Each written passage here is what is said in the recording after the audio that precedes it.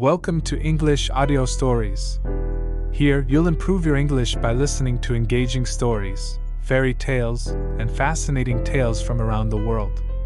Sit back, relax, and let's dive into today's story.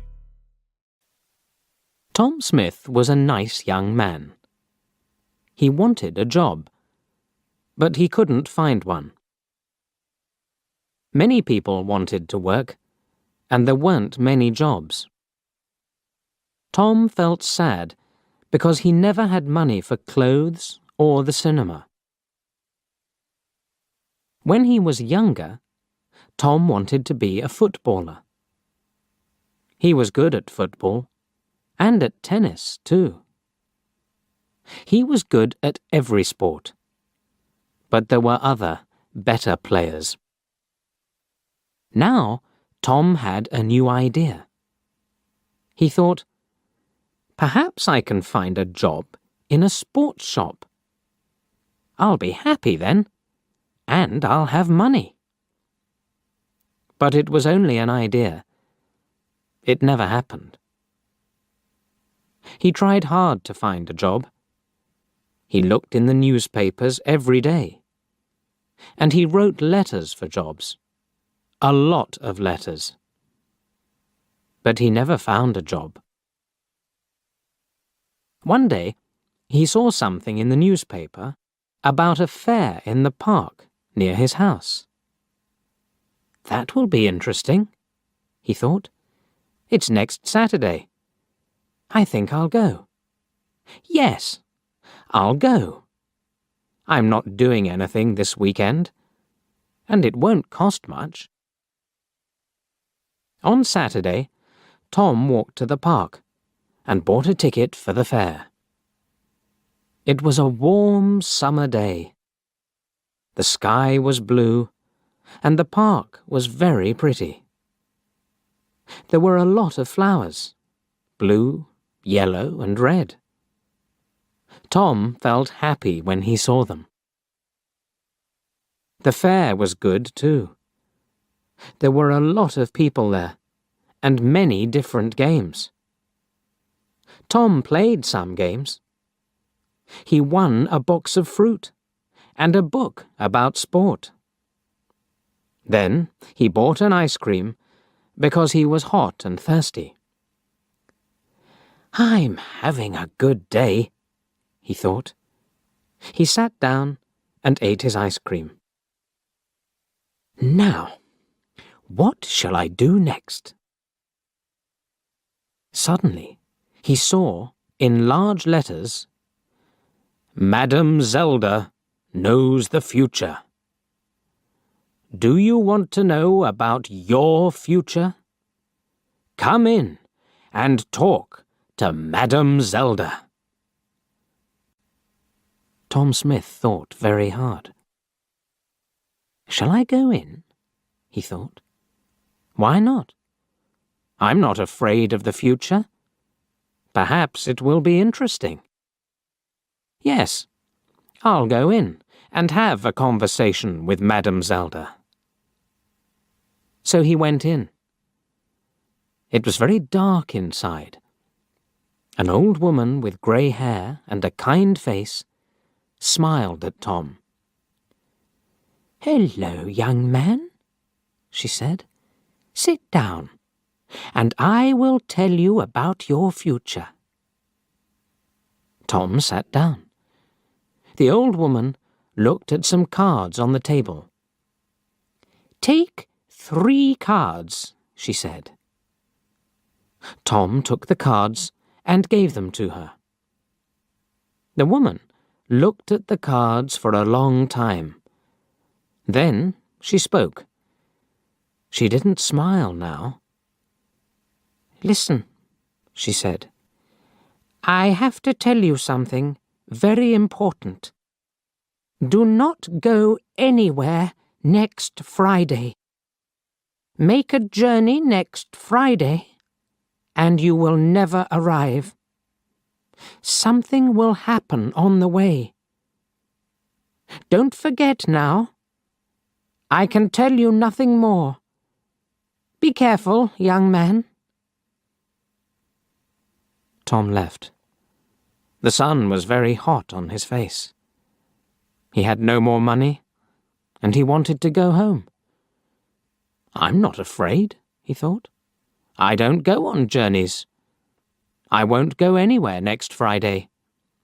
Every day is the same to me. I haven't got a job, so I don't go anywhere." But on Thursday, Tom had a letter. It was an answer to one of his letters. There was a job in a town 30 kilometers away. It was in a sports shop. The boss wanted to meet Tom the next day. Tom felt very happy.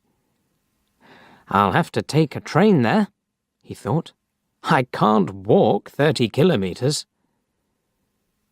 Suddenly, he remembered the old woman at the fair, and he felt afraid. "Do not go anywhere next Friday," she told him. "But what can I do?" Tom thought sadly. "I can't lose this job. It's too important to me. I'll have to take the train tomorrow. And what can an old woman know about the future? Nothing." But he wasn't very happy about it, and he didn't sleep well that night. The next day was Friday, and Tom went to the station. He bought a ticket at the ticket office. The train arrived, and he climbed on it. An old man sat down next to Tom.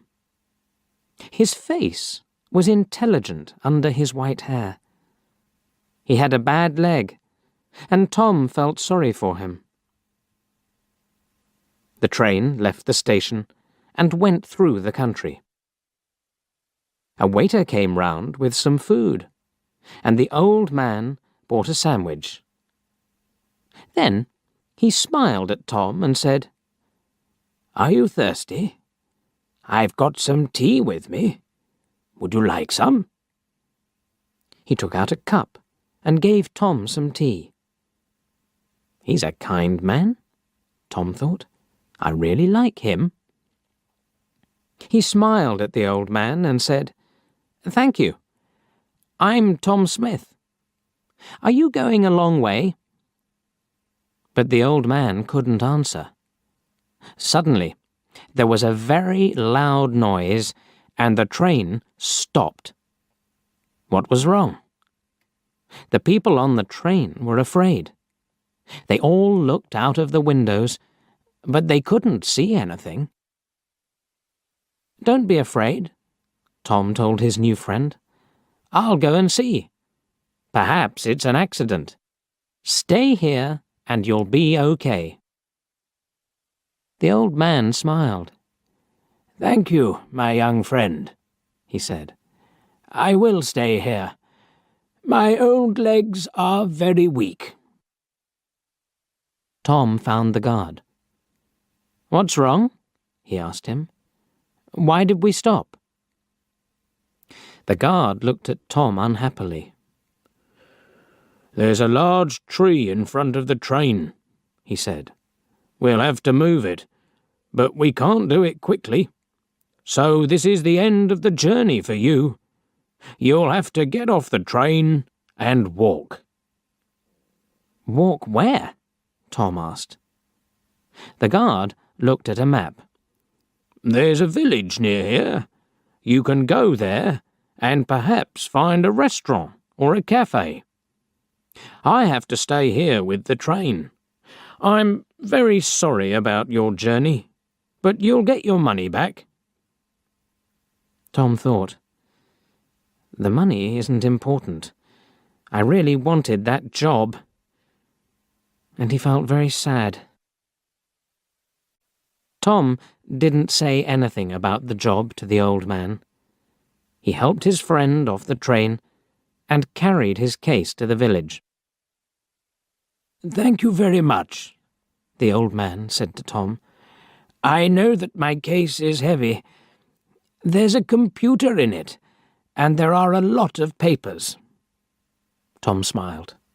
"It's all right," he said. But inside he was very sad. "I was stupid," he thought. "I didn't listen to the old woman. But she was right. I won't get that job now." The old man saw Tom's sad face and asked him, "What's wrong, my young friend?" So Tom told him the story about the job in the sports shop. Then a strange thing happened. The old man smiled, and then he laughed. Why did he laugh? Tom didn't know, and he felt a little angry. The old man was his friend, but this was a bad day for Tom. It wasn't funny. Tom couldn't speak or smile. The old man saw this, and he stopped laughing. Then he said, "Listen to me, Tom, and don't be sad. I'm a rich man. I've got a lot of shops in different towns, and they're all sports shops. I want an intelligent young man to work in my new shop. It's also my biggest shop.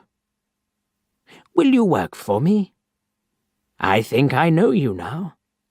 You were very kind to me on the train. You're the right person for the job. What's your answer?" "This is wonderful," Tom said, with a happy smile. "This is the best day of my life, not the worst."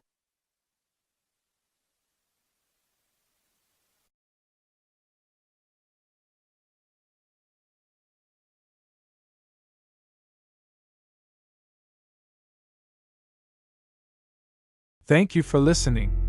If you enjoyed this story, don't forget to like, subscribe, and hit the notification bell so you won't miss the next one. See you in the next story.